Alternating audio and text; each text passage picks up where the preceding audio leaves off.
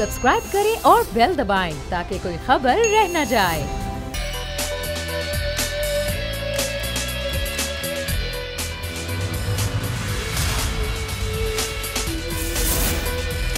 बिस्मिल्लाहिर्रहमानिर्रहीम, अस्सलाम वालेकुम। मैं सुमैया रिजवान आपको वेलकम कहती हूँ। अभी आप सुन रहे थे बिलावल भुट्टो जरदारी की न्यूज़ कॉन्फ्रेंस, जिस पर उन्होंने हर मौजूद बात की।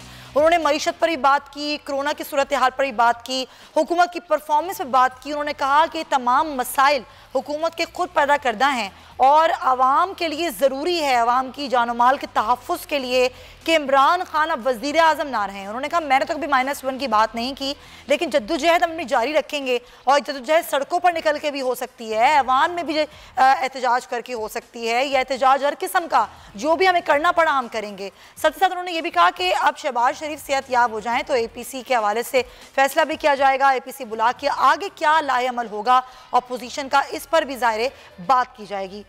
होगा क्या ईद के बाद कोई दमादम मस्त कलंदर होने वाला है, इसी पर ज़रा बात करेंगे। कराची स्टूडियो से हमें ज्वाइन करें सीनियर सहाफ़ी तज़कियाकार नज़ीर लगारी साहब। लगारी साहब, कई दफ़ा बिलावल भुट्टो आते हैं, सूरत हाल पर बात भी करते हैं, हुकूमत की परफॉर्मेंस पर भी तनकीद करते हैं। दो बड़ी जमातें अगर खड़ी होती हैं और वाकई कुछ करने के लिए, एहतजाज करने के लिए, खैर -1 की तो बात वो कहते हैं मैं नहीं कर रहा, तो आपको लगता है कि ईद के बाद कुछ होगा, कोई APC ऐसी होगी कि दमादम मस्त कलंदर हो जाए?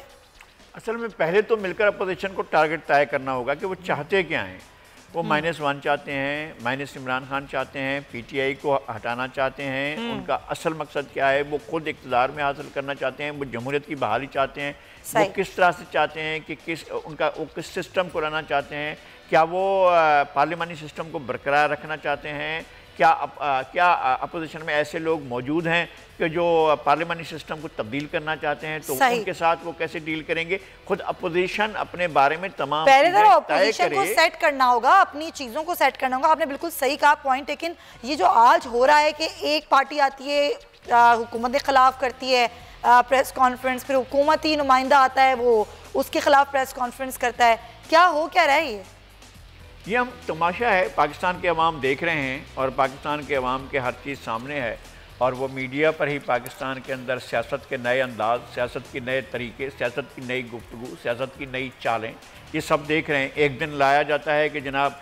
ये रिपोर्ट है उज़ैर बलोच की, फिर अगले दिन कहते हैं नहीं ये रिपोर्ट नहीं है, ये रिपोर्ट है, फिर कहते हैं नहीं हबीब जान का बयान आ गया, फिर कहते हैं अच्छा हबीब जान के बयान में तो ये भी शामिल था, फिर कहते हैं नहीं हबीब जान जो है वो मफरूर है, अब उसके हम वरान निकाल रहे हैं। ये एक तमाशा है जो चल रहा है। हबीब जान तो लंदन में है, लेकिन उज़ैर बलोच आपके पास हैं। आप ट्रायल की तरफ जाएं, पाकिस्तान में 35 साल से 35,000 से भी ज़्यादा लोग मारे गए होंगे, और एक एक दिन में ऐसा भी हुआ है कि 300 लोग मारे गए।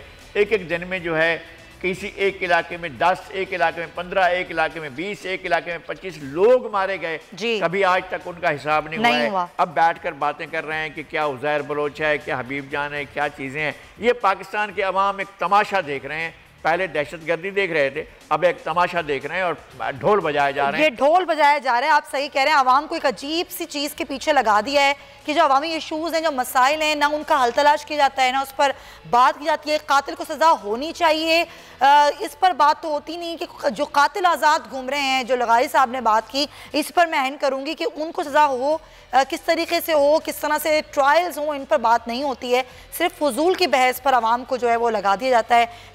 ये अजीब तमाशा है। इसी पर प्रोग्राम का एंड करेंगे। इंशाल्लाह आपसे कल मुलाकात होगी। अपना बहुत ख्याल रखिएगा।